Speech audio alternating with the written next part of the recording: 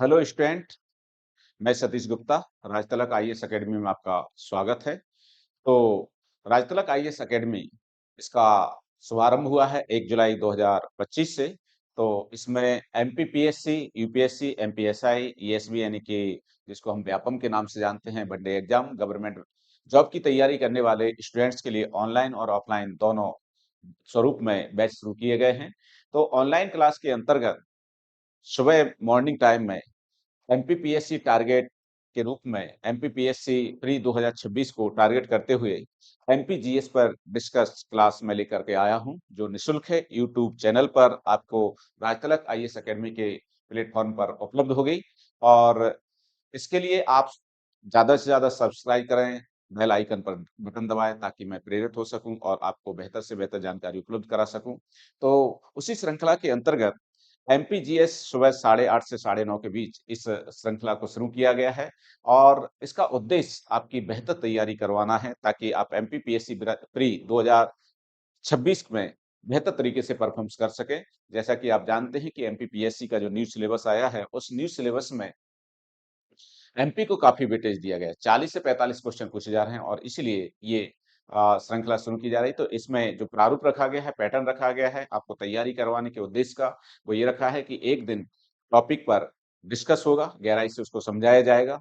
ठीक है। आपको पढ़ाया जाएगा और आपको जानकारी दी जाएगी और उसी से संदर्भ में दूसरे दिन क्वेश्चन दिए जाएंगे आपको ऑब्जेक्टिव स्वरूप में, जो प्री में जिस तरीके से पूछे जाते हैं। तो इस श्रृंखला को शुरू करते हैं। तो जल्दी से जल्दी इस पर जुड़िए कि आप इसका फायदा उठा सकें, लाभ उठा सकें और अपनी सफलता के लिए एक मार्ग सुनिश्चित कर सकें। तो डिस्कस करते हैं क्वेश्चनों पर।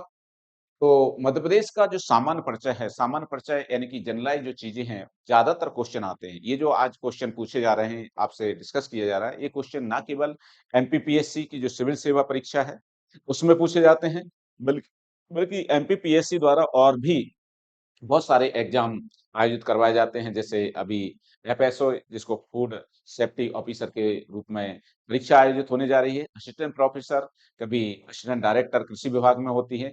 तो एमपी का जो जनरल नॉलेज का पेपर होता है पीएससी के माध्यम से, उसमें एमपी के क्वेश्चन अच्छे खासे आते हैं। और न केवल एमपी के क्वेश्चन एमपीपीएससी में पूछे जाते हैं मध्य प्रदेश के सामान्य ज्ञान के, बल्कि व्यापम, जिसको हम ईएसबी कहते हैं आज के समय में, एम्प्लॉयड सिलेक्शन बोर्ड, उसमें भी विभिन्न परीक्षा आयोजित होती हैं, उसमें भी पूछे जाते हैं। अभी आगामी समय में एमपीएसआई आने वाली है मध्य प्रदेश सरकार के माध्यम से, तो उसमें भी क्वेश्चन पूछने की संभावना रहती है। तो आपके लिए ये बहुत इंपॉर्टेंट सेशन हो जाता है। तो जल्दी से जल्दी जुड़ें ताकि इसका लाभ उठा सकें। जहाँ तक राजतलक आईएएस एकेडमी की बात है, तो ये इंदौर के खंडवा नाका क्षेत्र में इसको स्टेबल किया गया है और इस यहाँ पर ऑफलाइन और ऑनलाइन क्लास उपलब्ध हैं। न्यूनतम फीस के साथ है। कोशिश ये है कि श्रेष्ठ अध्ययन और सर्वश्रेष्ठ अध्यापन के साथ आपको बेहतर फैकल्टी के रूप में आपको मार्गदर्शन उपलब्ध कराया जाए। तो उसी श्रृंखला को आगे बढ़ाते हुए ये जो सीरीज चल रही है, ये सीरीज सुबह 8:30 से 9:30 के बीच ऑनलाइन प्लेटफॉर्म पर, यूट्यूब चैनल पर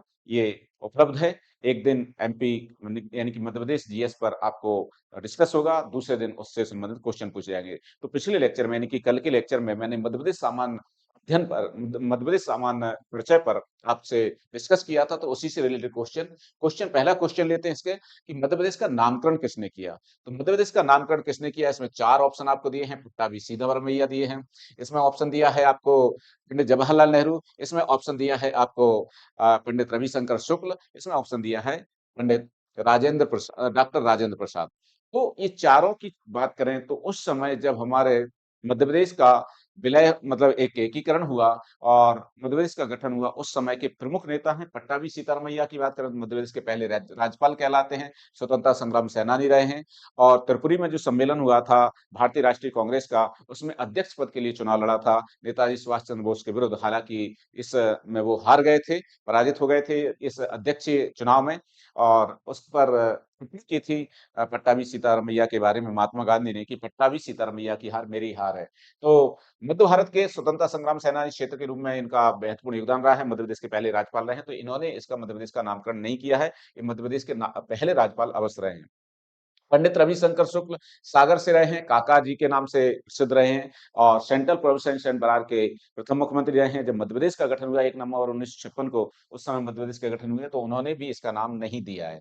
डॉक्टर राजेंद्र प्रसाद बिहार से थे मूलतः और मध्य प्रदेश भारत के ये प्रथम राष्ट्रपति रहे।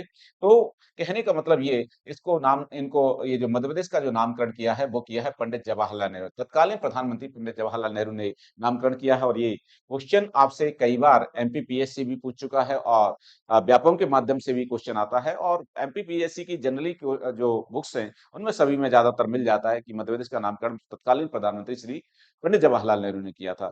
यहाँ पर जो क्वेश्चन आपको दिए जा रहे हैं ये क्वेश्चन 3 स्वरूपों में, एक इजी वे के क्वेश्चन जो इजी स्वरूप में है, ये क्वेश्चन कोई कठिन नहीं है, इजी ही क्वेश्चन है। कुछ क्वेश्चन जनरलाइज है, जनरलाइज यानी कि ना तो ज्यादा कठिन है और ज्यादा सरल हैं। दूसरा, कुछ क्वेश्चन ऐसे हैं जो आप पहली बार सुनेंगे या पहली बार उसका अवलोकन करेंगे, तो इस तरीके से क्वेश्चन, तो इसका जो आंसर निकल करके आता है वो आता है पंडित जवाहरलाल नेहरू। आगे बढ़ते हैं अगले क्वेश्चन की ओर। अगले क्वेश्चन की ओर बढ़ते हैं तो अगला क्वेश्चन है सेंट्रल प्रोविंस एंड बरार को मध्य प्रदेश नाम कब दिया गया? तो जैसे अभी मैंने आपको बताया कि सेंट्रल प्रोविंस एंड बरार को मध्य प्रदेश नाम किसने दिया? तो मध्य प्रदेश नाम जो दिया वो पंडित जवाहरलाल नेहरू ने दिया। और बात करें इसकी तो इसको जो अ, नामकरण कब किया गया? बात ये हो रही है कि इसका नामकरण किया गया। तो नामकरण वर्ष 1948, तो वर्ष 1948 में हमारे मध्य प्रदेश की जब बात आती है 1947-48 की, तो भारत की विभिन्न देशी रियासतों को एकीकृत किया गया, लगभग 552 रियासतों को एकीकृत किया गया था, जिसमें से 79 रियासतें हमारे मध्य प्रदेश की थीं। ठीक है? तो 1948 तक ये रियासतों को विलय कर लिया गया था, पार्ट एबीसीडी स्टेट के रूप में रखा गया था। पार्ट ए स्टेट के रूप में वो रियासतें रखी गई थी, जो सीधे ब्रिटिश हुकूमत के अधीनस्थ से चलती थी। ठीक है? ब्रिटिश शासन वहां पर अपने तरीके से काम करता था।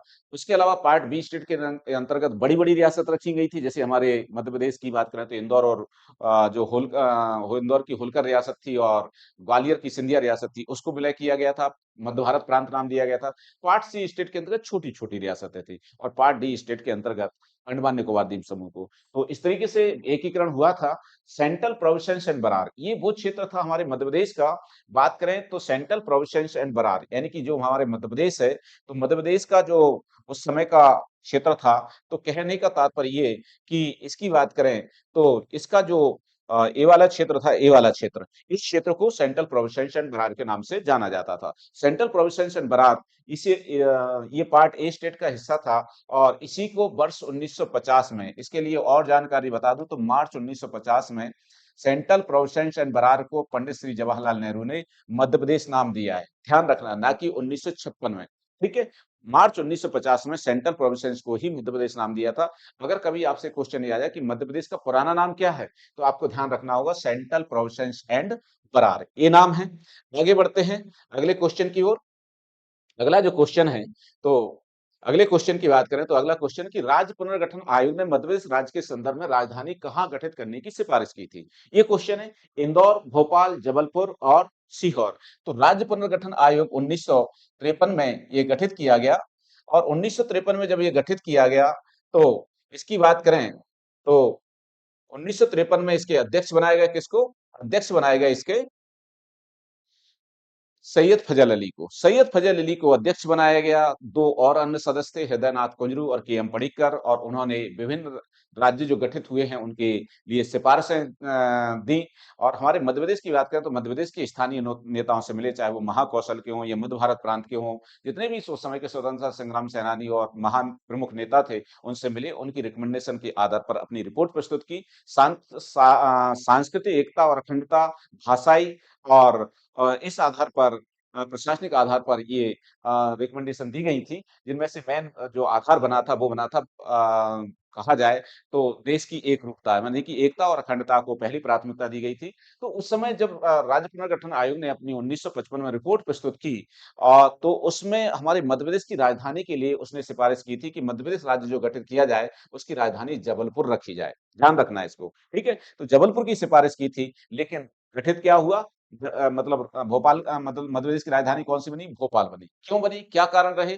तो उस समय की तत्कालीन स्थिति की बात करें, तो पंडित श्री जवाहरलाल नेहरू प्रधानमंत्री थे और उस समय हमारे प्रमुख नेता थे जो स्वतंत्रता संग्राम सेनानी थे, जिन्होंने भोपाल के जन विलीनीकरण आंदोलन के माध्यम से भोपाल रियासत का विलय करवाया था, डॉक्टर शंकर दयाल शर्मा। इनके अच्छे संबंध थे, तो डॉक्टर शंकर दयाल शर्मा ने कहा कि मेरी ऐसी इच्छा है कि आप भोपाल को मध्य प्रदेश की राजधानी बनाएँ। तो पंडित जवाहरलाल नेहरू का कहना ये था कि अ, इसको राजधानी क्यों बनाई जाए? जब जबलपुर का रिकमेंडेशन दिया है राज्य पुनर्गठन आयोग ने, तो राजधानी जबलपुर बनना चाहिए। तो वहाँ पर डॉक्टर शंकर दयाल शर्मा का कहना ये था कि बड़ी मशक्कत के बाद भोपाल के अंतिम नवाब हमीदुल्लाह खां को किसी भी तरीके से राजी करके, दबाव डाल करके भोपाल रियासत का विलय हुआ है। अगर यहाँ पर कुछ प्रशासनिक मुख्यालय उस तरीके से लॉ एंड ऑर्डर को कंट्रोल नहीं किया जाता है, तो भोपाल का जो नवाब है, उसके लोग हैं, यहाँ पर अराजकता और अस्थिरता की स्थिति पैदा कर सकते हैं और चूँकि ये भोपाल मध्य प्रदेश और भारत के मिडिल में है और इसलिए पूरी राजनीति प्रभावित होगी और इसलिए मेरा कहना ये है कि आप भोपाल को राजधानी बनाएँ। तो उन्होंने कहा उस समय चूँकि ऐतिहासिक क्षण था, हर कोई चाहता है कि मध्य प्रदेश का मुख्यमंत्री पहला मुख्यमंत्री बने, तो 4 लोग मुख्यमंत्री की दौड़ में थे, मुख्यमंत्री के पद की दौड़ में थे, जिनमें वयोवृद्ध नेता पंडित रविशंकर शुक्ल क्योंकि वो सेंट्रल प्रोविंशियल बिहार के मुख्यमंत्री थे। वहीं बात करें विंध्य क्षेत्र से तो विंध्य क्षेत्र से पंडित शंभूनाथ शुक्ल, वो मुख्यमंत्री थे। मध्य भारत प्रांत से तखतमल जैन और भोपाल स्वतंत्र भोपाल राज्य से तो डॉक्टर शंकर दयाल शर्मा।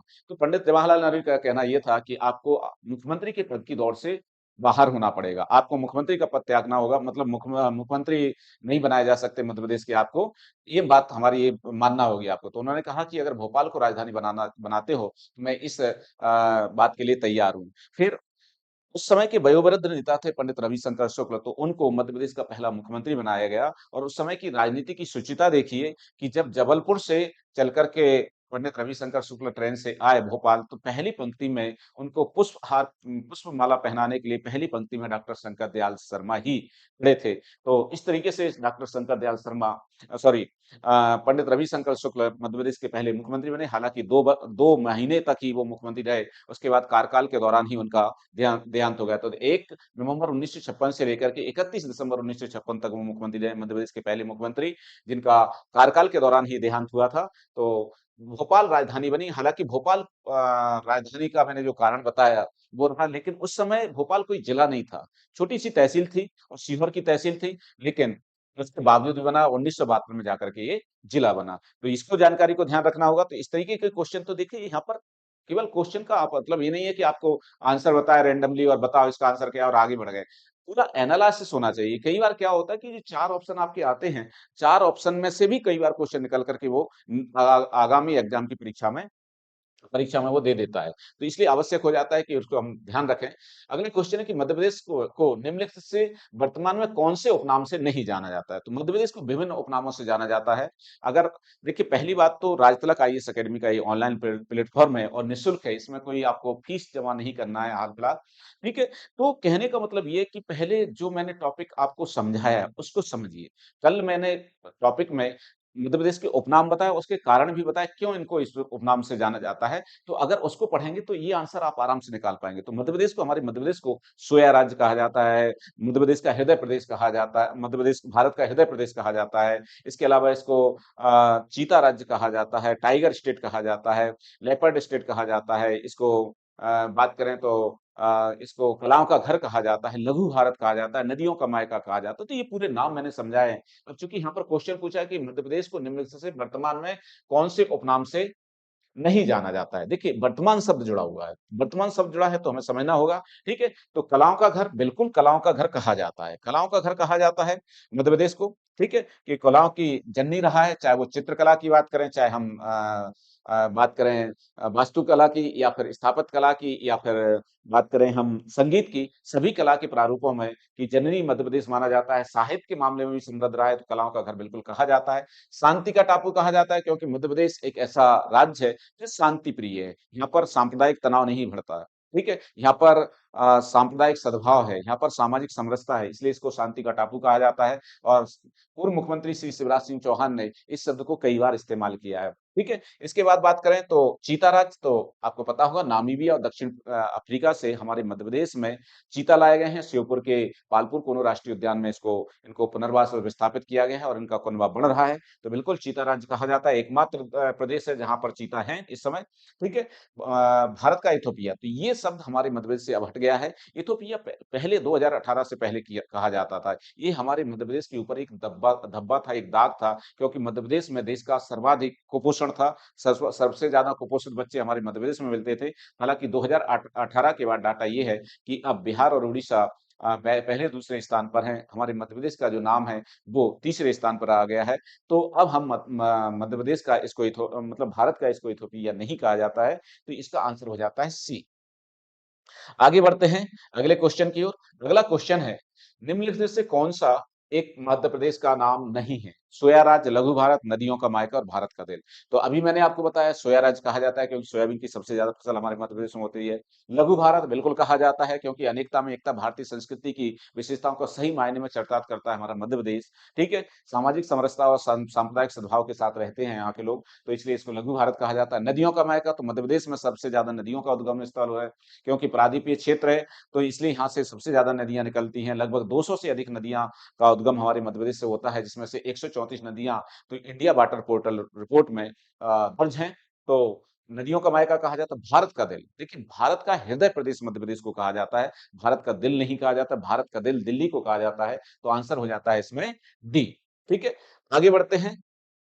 अगला क्वेश्चन है कि भारत का वह राज्य जिसे जिसे टाइगर स्टेट कहा जाता है। तो टाइगर स्टेट हमारे मध्य प्रदेश को कहा जाता है। क्यों कहा जाता है हमारे मध्य प्रदेश को टाइगर स्टेट? उसकी वजह यह है कि मध्य प्रदेश में सर्वाधिक टाइगर पाए जाते हैं, मध्य प्रदेश में सबसे ज्यादा बाघ पाए जाते हैं। ठीक है, ये टाइटल हमें कब मिला?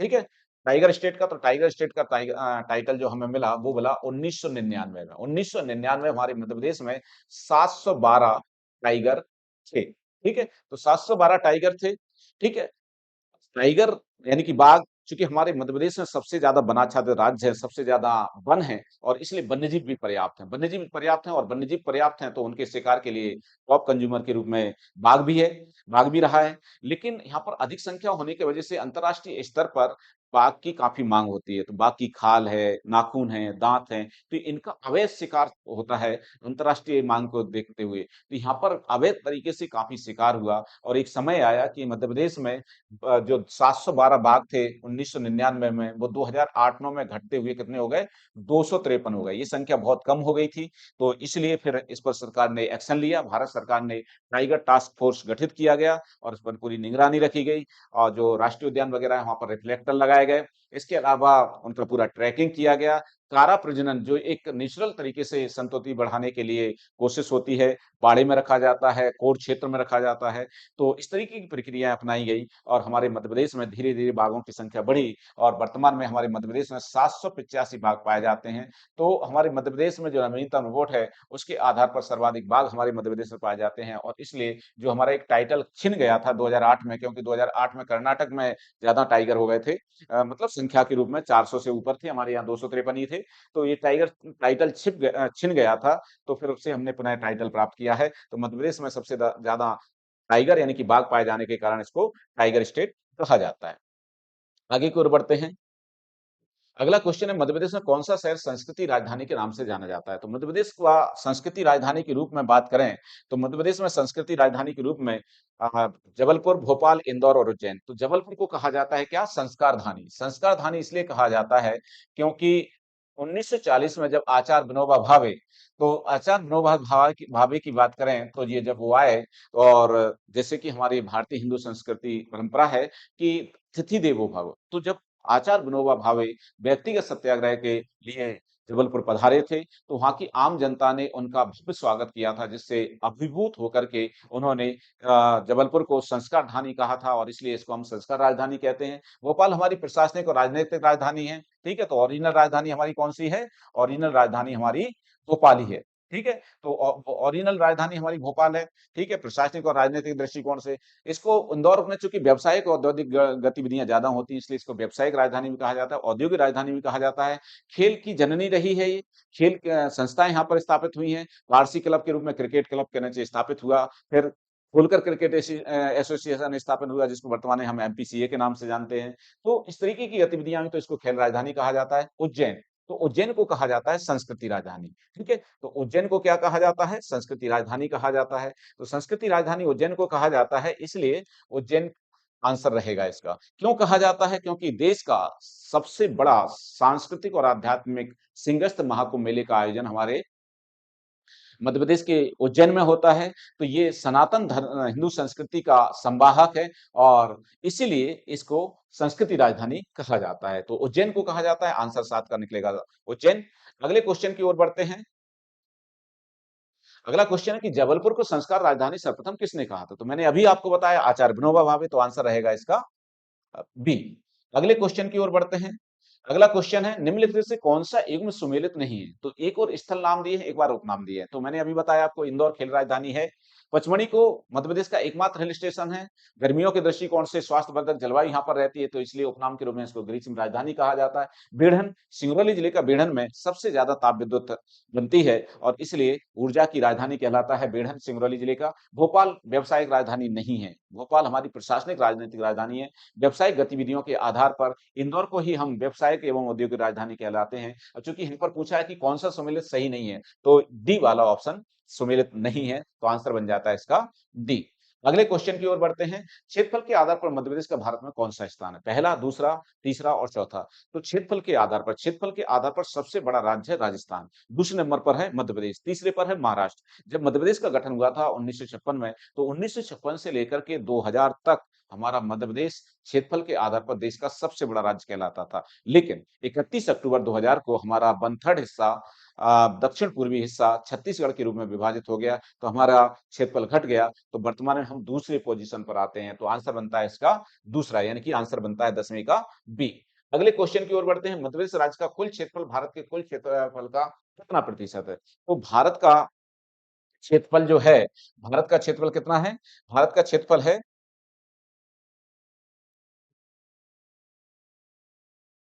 भारत के क्षेत्रफल की बात करें तो भारत का क्षेत्रफल कितना है? 32,87,263। कितना वर्ग किलोमीटर भारत का कुल क्षेत्रफल है। और मध्य प्रदेश का क्षेत्रफल कितना है?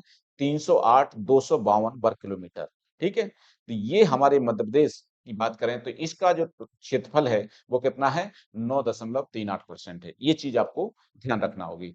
अगले क्वेश्चन की ओर बढ़ते हैं। वर्तमान में क्षेत्रफल की दृष्टि से मध्य प्रदेश का सबसे बड़ा जिला कौन सा है? देखिए, ये क्वेश्चन जो आपसे पूछा गया है, ये क्वेश्चन थोड़ा लेटेस्ट है, क्योंकि कारण ये है कि 3 जिले 2023 में बने हैं, मऊगंज, मैहर और पांडुरना, और उसके वजह से भौगोलिक स्थिति जिलों की चेंजेज हुई है। और पहले हमारे मध्य प्रदेश का क्षेत्रफल के आधार पर सबसे बड़ा जिला हुआ करता था कौन सा? छिंदवाड़ा। लेकिन चूंकि इससे पांडुरना अलग हो गया है, तो इसका क्षेत्रफल घट गया है। क्षेत्रफल घट गया है, तो अब छिंदवाड़ा सबसे बड़ा जिला नहीं रह गया क्षेत्रफल के आधार पर। क्षेत्रफल के आधार पर सबसे बड़ा जिला हो गया है शिवपुरी, तो आंसर बनता है इसका बी, शिवपुरी। दूसरे नंबर पर आता है सागर का नाम और तीसरे नंबर पर आता है बैतूल का नाम। तो कभी अगर आप क्वेश्चन ऐसा भी आ जाए कि मध्य प्रदेश में क्षेत्रफल के आधार पर सबसे बड़े जिलों का क्रम बताइए, तो वो क्रम बनता है शिवपुरी, सागर और बैतूल, इस तरीके से बनता है, तो ध्यान रखना होगा इसको। आगे की ओर बढ़ते हैं। अगला क्वेश्चन, क्षेत्रफल की दृष्टि से भारत के सबसे बड़े राज्यों का सही क्रम है।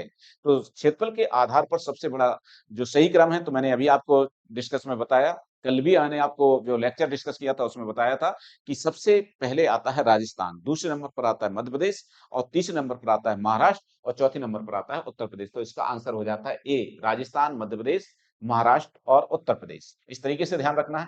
क्षेत्रफल की दृष्टि से मध्य प्रदेश का सबसे छोटा जिला कौन सा है? अब ये भी क्वेश्चन एकदम से नया है। नया इसलिए है क्योंकि इसमें कुछ ऐसे जिले दे दिए हैं जो अभी नवीनतम में बने हैं, तो फिर यहाँ पर बच्चा असमंजस की स्थिति में हो जाता है कि इसमें से आंसर कैसे निकालें। ठीक है, तो आपको मैं जानकारी ले बता दूं कि मध्य प्रदेश का वर्तमान की पोजीशन में देखें, आगे कोई नया जिला बन जाए तो बात अलग है। ठीक है, अभी वर्तमान की पोजीशन में देखा जाए तो सबसे क्षेत्रफल के आधार पर सबसे छोटा जिला हो जाता है निवाड़ी, क्योंकि निवाड़ी का टोटल क्षेत्रफल है 1318 वर्ग किलोमीटर, इतना है, 1318 वर्ग किलोमीटर है। आगर मालवा दूसरे नंबर पर आता है, उसके बाद दूसरे आते हैं। तो कहने का मतलब ये कि पहली पोजीशन पर आता है छोटे के रूप में, तो वो आता है निवाड़ी। निवाड़ी जो टीकमगढ़ से अलग हुआ है 1 अक्टूबर 2018 को, तो ये मध्य प्रदेश का क्षेत्रफल के आधार पर सबसे छोटा जिला हो जाता है। वर्तमान परिप्रेक्ष्य में मऊगंज और पांडुरना का भी इससे बड़ा क्षेत्रफल है, इसलिए आंसर इसमें बन जाता है, बात करें तो निवाड़ी। अगला क्वेश्चन, मध्य प्रदेश राज्य का कुल क्षेत्रफल कितना है? 308,252 वर्ग किलोमीटर, ये मध्य प्रदेश का कुल क्षेत्रफल है, ठीक है? 380, 252, 443, 446, तो यहाँ पर 2 ऑप्शन खासकर आपके लिए अध्ययन के विषय हो जाते हैं। 308, 252 वर्ग किलोमीटर हमारे मध्य प्रदेश का वर्तमान में क्षेत्रफल है। हालाँकि कुछ किताबों में 308, 245 भी है। तो कारण ये है कि एक किरार घाटी है। किरार घाटी की बात करें, तो ये किरार घाटी कहाँ पर है? छत्तीसगढ़ और मध्य प्रदेश की सीमा पर, ठीक है? तो छत्तीसगढ़ और मध्य प्रदेश की सीमा पर है, तो इसको लेकर के दोनों के अपने-अपने दावे हैं। छत्तीसगढ़ कहता है हमारी है घाटी, मध्य प्रदेश कहता है हमारी घाटी है। तो इसका मामला कोर्ट में गया और कोर्ट ने इसके बारे में निर्णय दिया है, वो छत्तीसगढ़ के पक्ष में दिया है, तो हमारे मध्य प्रदेश का जो क्षेत्रफल हो जाता है वो 308 245 हो जाता है, ठीक है? तो ये ध्यान रखना है, ठीक है? तो आपसे ये अगर कुल क्षेत्रफल का क्वेश्चन पूछा जाता है और उसमें ऑप्शन ए दिया है, ठीक है? कि 308 245, तो यही सही माना जाएगा, ठीक है? अगर मान के चलिए या तो ये ऑप्शन होगा, ये ऑप्शन होगा। अगर मान के चलिए ऐसा केस बन जाता है कि ये भी ऑप्शन में और ये भी 252 वाला भी ऑप्शन में, तो आप 245 के बाद जाना के साथ जाना, आपके क्वेश्चन की संभावना सही होने की ज्यादा रहेगी। अगले क्वेश्चन की ओर बढ़ते हैं। अगला क्वेश्चन, मध्य प्रदेश की कुल जनसंख्या कितनी है? तो मध्य प्रदेश की कुल जनसंख्या 2011 की जनगणना के अनुसार 7,26,26,809 है और ये ऑप्शन में हमें बी ऑप्शन में दिख रही है, तो आंसर हो जाता है 16वें क्वेश्चन का आंसर बी। अगले क्वेश्चन की ओर बढ़ते हैं, 17वां, मध्य प्रदेश की जनसंख्या भारत की कुल जनसंख्या के कितने प्रतिशत है? तो मध्य प्रदेश की कुल जनसंख्या है वो 7,26,26,809, जो हमारे मध्य देश की कुल जनसंख्या का लगभग 5.99% हो जाता है। तो एप्रोक्स हम कह सकते हैं इस ऑप्शन के आधार पर 6% है। 6% जनसंख्या है हमारे मध्य प्रदेश की, भारत के कुल जनसंख्या का, और 6वां स्थान रखता है मध्य प्रदेश जनसंख्या के दृष्टिकोण से, ठीक है? दोनों चीजों को आपको ध्यान रखना होगा। अगर बात करें मध्य प्रदेश की, तो 1901 से लेकर के और 2011 तक हमारे मध्य प्रदेश में लगभग 110 सालों में लगभग 6 करोड़ जनसंख्या बढ़ी है। ये भी अपने आप में डाटा है और ये गहराई का डाटा है। देखिए क्वेश्चन डिस्कस करने का, देखिए ऑब्जेक्टिव की किताबें आती हैं आज की डेट में मार्केट में। आप बहुत सारी चीज़ों को कर सकते हैं, लेकिन यहाँ पर आपको क्वेश्चन का डिस्कस करने का उद्देश्य, उससे कुछ नई-नई फैक्ट आपको निकल कर सामने आएँगे। जैसे मैंने बताया कि 110 साल पहले 1901 में हमारे मध्य प्रदेश की कुल जनसंख्या कितनी थी? 1 करोड़ 27 लाख। ठीक है? आज की डेट में कितनी जनसंख्या है? 2011 के अनुसार अगर हम बात करें, 2000 आगे का जो डाटा आएगा वो अलग है, लेकिन अभी जो जनगणना के प्रमाणित डाटा है वो 2011 के अनुसार माने जाएंगे। तो 7 करोड़ 26 लाख, यानी कि लगभग 5 करोड़ 99 लाख जनसंख्या विगत 110 सालों में हमारे मध्य प्रदेश में बढ़ी है। ये डाटा भी आपको ध्यान रखना होगा। अगले क्वेश्चन की ओर बढ़ते हैं। मध्य प्रदेश की मानचित्र स्थिति क्या है? तो मध्य प्रदेश की मानचित्र स्थिति की बात करें, तो मध्य प्रदेश पहली बात तो उत्तरी गोलार्ध में स्थित है, कर्क रेखा इसके मध्य से होकर के गुजरती है, ठीक है? मध्य प्रदेश की मानचित्र स्थिति की बात करें, तो मध्य प्रदेश के मध्य में स्थित है। आपको पता होगा कि भारत का जो मानचित्र स्थिति है, वो किस स्वरूप में है? भारत की जो मानचित्र स्थिति है कि 8 डिग्री 4 मिनट से 37 डिग्री 37 डिग्री 25 मिनट उत्तरी अक्षांश, और उधर बात करें तो 68 डिग्री 25 मिनट से लेकर के 97 डिग्री 25 मिनट पूर्वी देशांतर के मध्य स्थित है। उसी के बीच में हमारा मध्य प्रदेश स्थित है। मध्य प्रदेश की जो मानचित्र स्थिति है, तो मध्य प्रदेश की 21 डिग्री 6 मिनट से लेकर के 26 डिग्री 30 मिनट उत्तरी अक्षांश, वहीं इधर बात करें तो 74 डिग्री 9 मिनट से 82 डिग्री 48 मिनट पूर्वी देशांतर के मध्य स्थित है, और इसमें ये जो ऑप्शन दिया है वो ये दिया है, इसके मध्य से होकर के कर्क रेखा 14 जिलों से होकर के गुजरती है। कितने जिलों से? 14 जिलों से होकर के। ये भी फैक्ट आपको ध्यान रखना होगा, ठीक है? तो इसका आंसर बन जाता है ये। हाँ, एक चीज और ध्यान रखना है कि मध्य प्रदेश में बात करें, तो मध्य प्रदेश में जो वो है आईएसटी है, वो सिंगरौली जिले से होकर के गुजरती है, यानी कि भारतीय मानक समय रेखा हमारे मध्य प्रदेश के जिसका 81 डिग्री 30 मिनट जो आईएसटी यानी कि भारतीय मानक समय रेखा है, वो हमारे मध्य प्रदेश के सिंगरौली जिले से होकर के गुजरती है। वो भी आपको फैक्ट ध्यान रखना होगा। ये कहेंगे मध्य प्रदेश के कौन से जिले से कर्क रेखा नहीं गुजरती? तो मैंने अभी बताया मध्य प्रदेश के लगभग 14 जिलों से ये कर्क रेखा गुजरती है। इनमें से किससे नहीं गुजरती? तो यहाँ इसकी बात करें तो शाजापुर से नहीं गुजरती। कारण ये है कि शाजापुर से कुछ किताबों में शाजापुर का नाम दिया है। तो 2013 से पहले की किताब है, उनमें शाजापुर भी आता है, शामिल होता है। 16 अगस्त 2013 को आगरमालवा का निर्माण हुआ, आगरमालवा नया जिला गठित हुआ। तो अब जो कर्क रेखा है वो आगरमालवा से निकलती है, शाजापुर से नहीं निकलती है, बाकी रायसेन राजगढ़ से तो निकलती है। तो आंसर बन जाता है इसका डी। अगले क्वेश्चन की ओर बढ़ते हैं। 20वां क्वेश्चन, मध्य प्रदेश का कौन सा जिला उत्तर प्रदेश की सीमा को नहीं स्पर्श करता है? तो आप देखें मऊगंज, मैहर, रीवा और सतना। तो रीवा और सतना के बारे में तो आप जानते हैं जनरली, ठीक है? मैहर और मऊगंज नए जिले बने हैं। तो इसमें से बात करें तो उत्तर प्रदेश की सीमा से मैहर नहीं लगता है, मऊगंज लगता है, मैहर नहीं लगता है। ठीक है? मैहर सतना से अलग हुआ है जिला, ठीक है? तो मैहर सतना से जिला अलग हुआ है, तो मैहर तो बात करें तो मैहर नहीं लगता है, महूगंज लगता है, ठीक है? ध्यान रखना इसको, ठीक है? तो महूगंज कहाँ से निकला है? महूगंज की बात करें तो ये महूगंज की बात करें तो 1 मिनट,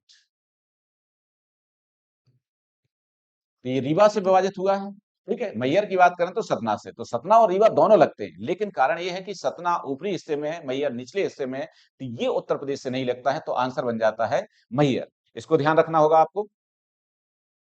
उसके बाद अगला क्वेश्चन, मध्य प्रदेश के कितने जिले 2 राज्यों की सीमा को स्पर्श करते हैं? ठीक है? तो 2 ये क्वेश्चन जो पूछा गया है, ये क्वेश्चन अपने आप में थोड़ा डेप्थ में हो जाता है कि कितने कितने जिले 2 राज्यों की सीमा को स्पर्श करते हैं, ठीक है? तो 2 राज्यों की सीमा को स्पर्श करने वाले जिलों की संख्या कितनी है? 6 है। कौन-कौन से हैं? उनके बारे में हम चर्चा कर लेते हैं, ठीक है? तो सबसे पहले बात करें मुरैना, ठीक है? मुरैना, तो मुरैना 2 राज्यों को स्पर्श करता है, एक तो राजस्थान को करता है और दूसरा दूसरा करता है उत्तर प्रदेश को, ठीक है? तो दूसरा उत्तर प्रदेश को करता है।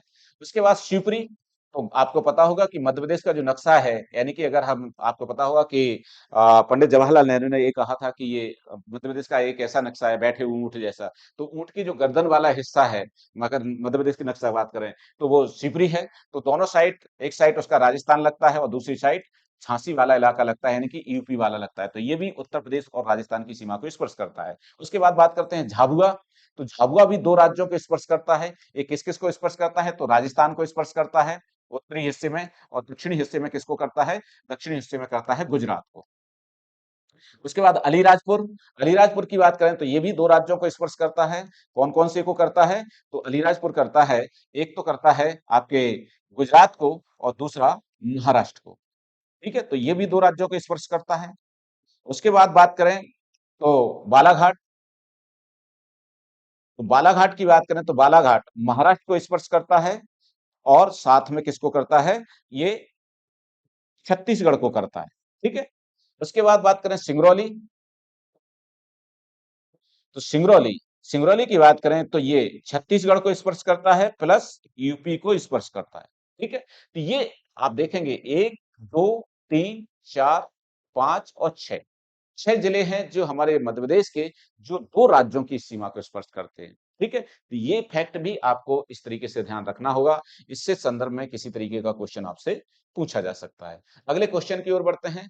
मध्य प्रदेश का राजकीय पक्षी दूध राज प्रसिद्ध रूप से, मतलब प्रसिद्ध या प्रमुख रूप है ये, प्रमुख रूप से मध्य प्रदेश के किस क्षेत्र में मिलता है? ठीक है? कालीभीत की पहाड़ियों में, सरदारपुर में, सैलाना में, करेरा और बोरी गाँव, बोरी ने गाँव नहीं, ये घाटी गाँव लिखा था, इसमें कन्फ्यूजन हुआ है लिखने वाले को, ठीक है? तो कालीभीत की पहाड़ियाँ, कालीभीत की पहाड़ियाँ पूर्वी सतपुड़ा रेंज का हिस्सा है जो बैतूल जिले में स्थित हैं। इसी क्षेत्र में बहुतायत मात्रा में जो हमारा जो राजकीय पक्षी है, जिसको 1981 में राजकीय पक्षी घोषित किया गया, जिसका नाम दूधराज है, जिसको साय बुलबुल भी कहा जाता है, पैराडाइज फ्लाई कैचर भी कहा जाता है। तो ये पक्षी कालीभीत की पहाड़ियाँ में बहुतायत से मिलता है, और ये क्वेश्चन आपको एक तरीके से पूरी तरह से नया है। इस टाइप का क्वेश्चन कहने से आपने बहुत कम देखने को मिला होगा, ठीक है? तो ये क्वेश्चन आपको पूछा जा सकता है, तो ध्यान रखना होगा, इस तरीके का क्वेश्चन अगर आपसे पूछा जाता है, तो हमें इसके बारे में ध्यान रखना होगा। ठीक है, तो कालीभीत की पहाड़ियों से में मिलता है प्रमुख रूप से। अगले क्वेश्चन की बात करें तो मध्य प्रदेश में अनुसूचित जाति के लिए कितनी विधानसभा सीटें आरक्षित हैं? तो अनुसूचित जाति के लिए हमारे मध्य प्रदेश में जो विधानसभा सीटें आरक्षित हैं, वो कितनी हैं? क्योंकि हमारे मध्य प्रदेश में एससी की जनसंख्या की बात करें तो कितनी है? 15.6%। ठीक है, तो उसी के अकॉर्डिंग ये सीटें निर्धारित की गई हैं, तो 35 सीटें निर्धारित की गई हैं। एसटी की बात करें तो एसटी के लिए, एसटी की संख्या हमारे मध्य प्रदेश में 21.16% है, तो उनके लिए ज़्यादा सीटें निर्धारित की गई हैं, यानी कि 47 की गई हैं। तो आंसर चूँकि पूछा गया है अनुसूचित जाति के लिए, यानी कि एससी के लिए, तो आंसर बन जाता है 35। 86 तो ये लोकसभा सीटों का आंकड़ा है, ठीक है? तो आपको ध्यान रखना होगा। तो क्वेश्चन नंबर 23 का आंसर है ए 35। 33 विधानसभा सीटें हमारे मध्य प्रदेश में अनुसूचित जाति के लिए आरक्षित की गई हैं। अगला क्वेश्चन है कि मध्य प्रदेश के राजकीय चिन्ह, चिन्हों लिखा है, ये चिन्ह शब्द है, यहाँ ध्यान रखना, थोड़ा-सा यहाँ पर मिसप्रिंट हुआ है, तो ध्यान रखना होगा। तो मध्य प्रदेश के राजकीय चिन्ह, ठीक है? मध्य प्रदेश का राजकीय जो चिन्ह है, उसमें कितने स्तूप बने हैं? तो पहली बात तो ये राजकीय चिन्ह ध्यान रखें इसको, ये शब्द है, ठीक है? तो जब 1956 में मध्य प्रदेश का राजकीय चिन्ह बनाया गया, तो आप देखेंगे कि इस टाइप का गोल घेराव बना हुआ है। गोल घेराव के अंतर्गत इस टाइप का चित्र चित्र है और आप देखेंगे कि उसमें इस टाइप से सांची के स्तूपों की संख्या लगभग 24 है ये टोटल। ऐसे चक्रीय क्रम में जो आध्यात्मिकता, शांति और प्रगति का सूचक है, ठीक है? तो इस तरीके से इसके अलावा इस राजकीय चिन्ह में धान और गेहूँ की बालियों को भी अंकित प्रदर्शित किया गया है, क्योंकि मालवा रीजन में उस समय जब मध्य प्रदेश का गठन हुआ, उस समय मध्य प्रदेश का मालवा रीजन भी इसमें शामिल था और छत्तीसगढ़ भी शामिल था। तो मालवा अंचल रोटी की डलिया कहलाता है, अन्न का भंडार कहलाता है, सर्वाधिक गेहूँ उत्पादक क्षेत्र है, तो इसलिए हमारे मध्य प्रदेश की पहली प्रमुखता से खाद्यान्न फसल के रूप में गेहूँ और धान थी। तो इसीलिए गेहूँ को लिया गया इसके राज्य के चिन्ह में। छत्तीसगढ़ उस समय जुड़ा हुआ तो छत्तीसगढ़ को धान का कटोरा कहा जाता, तो इसको भी शामिल किया गया। तो इस तरीके का चित्र बना, तो इसमें जो स्तूप बने हुए हैं राज्य के चिन्ह में, वो कितने बने हैं? 24। तो आंसर हो जाता है सी। अगले क्वेश्चन की ओर बढ़ते हैं। अगला क्वेश्चन है, मध्य प्रदेश राज्य में अनुसूचित जनजाति यानी कि एसटी वर्ग के लिए लोकसभा सीटें कितनी आरक्षित हैं? तो लोकसभा सीटें कितनी आरक्षित हैं? तो मध्य प्रदेश में लोकसभा सीटें एसटी यानी कि अनुसूचित जनजाति के लिए आरक्षित है 6, ठीक है? एससी यानी कि अनुसूचित जाति के लिए 4 आरक्षित हैं। तो ऐसी 10 सीटें आरक्षित हैं, 19 के लिए जनरलाइज़ तरीके से चुनाव होता है, ठीक है? टोटल हमारे मध्य प्रदेश में 29 लोकसभा सीट हैं, तो आपको इस 25वें आंसर का जो क्वेश्चन का आंसर बनता है, वो बन जाता है 6। तो आपको आंसर बनता है इसमें कौन-सा? ये 6, ठीक है? तो 25वें क्वेश्चन का आंसर है सी। तो ये क्वेश्चन चूँकि ये टॉपिक कल मैंने आपको मध्य प्रदेश का सामान्य परिचय डिस्कस किया था, उसी से रिलेटेड हैं। तो सोमवार से लेकर के शनिवार तक 1 दिन लेक्चर, दूसरे दिन ऑब्जेक्टिव, इस तरीके से 6 दिन का ये कार्यक्रम रहेगा। 7वें दिन यानी कि एवरी संडे आपसे करंट अफेयर्स के क्वेश्चन का डिस्कस होगा, मल्टीपल क्वेश्चन डिस्कस होंगे यानी कि एमसीक्यू के रूप में जो भी विगत 7 दिन में जो कुछ भी घटनाक्रम अंतर्राष्ट्रीय स्तर का, राष्ट्रीय स्तर का और मध्य प्रदेश के स्तर का करंट से रिलेटेड होगा, उनसे संबंधित क्वेश्चन तैयार किए जाएँगे और 8:30 बजे से लेकर के 9:30 के बीच यूट्यूब पर फ्री ऑफ कॉस्ट राजतलक चैनल पर राजतलक आईएएस अकेडमी के माध्यम से आपको ऑनलाइन प्रोवाइड करवाया जाएगा। तो ज़्यादा से ज़्यादा मात्रा में जुड़ें और इस चैनल को सब्सक्राइब करें, बेल आइकन पर बटन दबाएँ ताकि मैं प्रेरित हो सकूँ और ज़्यादा से ज़्यादा बच्चों को, स्टूडेंट्स को शेयर कीजिए और जो आपका करंट अफेयर्स रहेगा, वो रिलेटेड रहेगा आपके एमपीपीएससी और एमपीएसआई का जो एग्ज़ाम आगामी समय में होने वाला है, उसको बेस्ड बनाते हुए, उसको आधार बनाते हुए ताकि आपकी तैयारी अच्छी हो। क्योंकि कारण ये है कि करंट अफेयर्स एक ऐसा टॉपिक होता है, चाहे नए स्टूडेंट हो, पुराने स्टूडेंट हो, कहीं न कहीं अपने आप को कमज़ोर महसूस करते हैं और कई बार क्या होता है कि अननेसेसरी चीज़ों को हम ज़्यादा पढ़ लेते हैं, जो कभी-कभार पूछी जाती है या पूछी ही नहीं जाती परीक्षा में। देखिए, कारण ये है कि जीएस भी 3 तरीके का होता है। एक होता है जीके जिसको हम कहते हैं जनरल नॉलेज, ठीक है? दूसरा होता है जीए जिसको हम कहते हैं जनरल अवेयरनेस और एक होता है जीएस जिसको हम कहते हैं जनरल स्टडी।